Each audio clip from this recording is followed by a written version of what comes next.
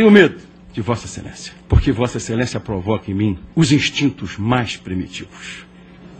Tenho medo, sinceramente, da consequência dessas provocações que faz Vossa Excelência.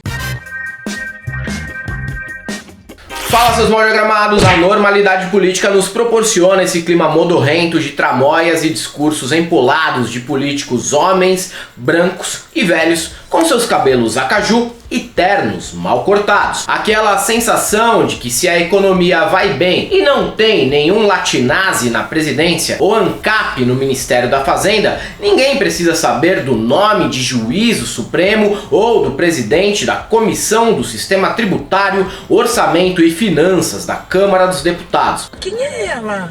Exemplo dessa normalidade é que, apesar de termos duas importantes comissões parlamentares de inquérito ainda em curso, se você for na rua, talvez as pessoas se importem mais com a microfonia felina na voz de Marina Senna ou com a fuga de Rica Perrone e de Maíra Cardi das redes sociais. Papo reto, em uma democracia burguesa normal, não se ingere altas doses de paralelepípedo de crack político, como o brasileiro tem feito nos últimos 10 anos. Ainda mais se o assunto for CPI. Desde os anos 50 tivemos centenas de CPIs em nível federal. O que se percebe são duas tendências: CPIs que trataram de problemas tão específicos de sua época que não conseguimos entender do que se trata sem ler o relatório, e CPIs que se repetem no decorrer da história. No primeiro caso, encaixa-se a CPI da exportação de máquinas e fios de seda para a República Argentina,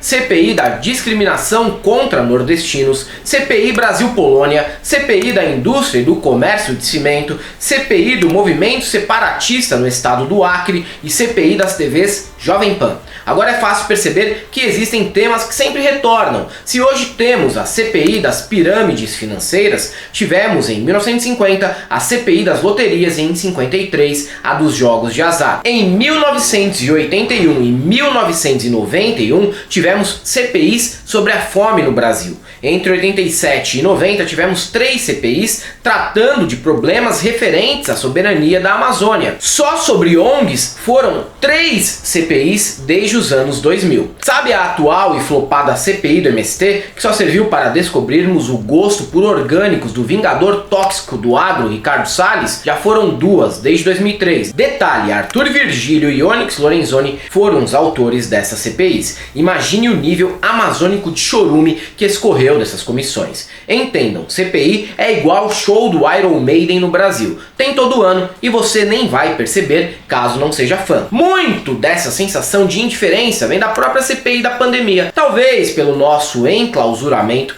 e nossa ânsia por justiça diante do governo Jair, ela deixou um gosto agridoce. Por mais que absurdos fossem mostrados diante de nossos olhos, não tivemos aquele momento de redenção e, na melhor das hipóteses, ajudou apenas na derrota do mito nas urnas, o que já é bastante coisa. Tanto isso é verdade que é mais fácil Jair ser preso pelos trambiques com as joias do que pelo morticínio em massa patrocinado por ele e pelo seu gado. A Comissão Parlamentar de Inquérito é uma das ferramentas legislativas previstas na Constituição para que os congressistas exerçam um de seus papéis, que é fiscalizar a administração pública. Por isso é necessário que uma CPI tenha poderes de investigação próprios das autoridades judiciais. Uma CPI nem é algo tão complicado de ser constituída, especialmente se não existir grande resistência política por parte das casas legislativas. Tecnicamente, são 3 requisitos para que uma CPI seja instalada: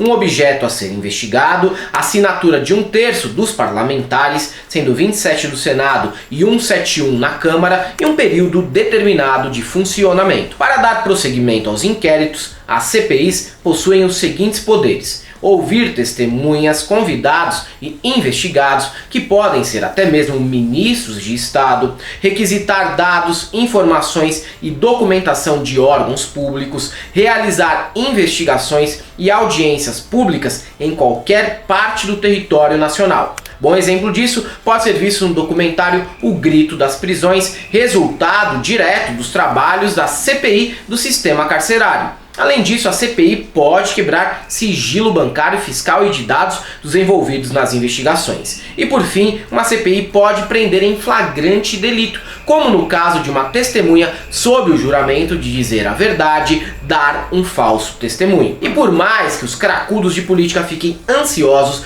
por cenas de filme de tribunal a cada CPI, raramente isso acontece. O ex-senador Pedro Simon já advertia sobre isso, abre aspas, CPI dá em pizza? Normalmente não. O que acontece é que como a CPI é muito badalada, está sempre no jornal e os parlamentares discutem, a pessoa que assiste fica com a impressão de que vai todo mundo em cana. E a CPI não pode colocar ninguém na cadeia. O que a CPI faz é alimentar os fatos e provar os fatos. Ao se encerrar uma CPI, ninguém vai sair preso ou algemado entre palmas e vaias após um discurso lacrador de algum parlamentar. O relatório da CPI é encaminhado ao Ministério Público ou à AGU, entre outros órgãos, para que estes promovam a responsabilidade civil e criminal dos citados. E é isso aí. Mas nem tudo é inútil e é no âmbito legislativo e executivo que algumas das comissões demonstram efeitos práticos e efetivos. O Programa Federal de Proteção à Testemunha e o Sistema de Vigilância da Amazônia, o CIVAM, foram criados em decorrência do resultado de CPIs. E até a CPI dos anões do orçamento teve efeitos práticos. O relatório propôs a cassação de 18 parlamentares. Desses, 6 acabaram cassados e 4 renunciaram para escapar do inquérito. Talvez o impacto das CPIs na sociedade seja mais uma vítima das redes sociais e da internet, assim como os CDs e os orelhões. Desde lacradores profissionais como Nicolas e Brunini até urgentilsons de esquerda, a internet acabou por degradar não só o nível do debate político, como fez com que a política estivesse sempre contaminada com o pânico moral e estresse perpétuo das fake news e postagens bombásticas. Em tempos de Xvideos e OnlyFans, é como se as CPIs fossem meros panfletos de lingerie das lojas do Mapping. A era dourada das CPIs, que teve desde anões do orçamento até o embate Dirceu versus Roberto Jefferson em 2005, terminou. Tenho medo de Vossa Excelência, porque Vossa Excelência provoca em mim os instintos mais primitivos.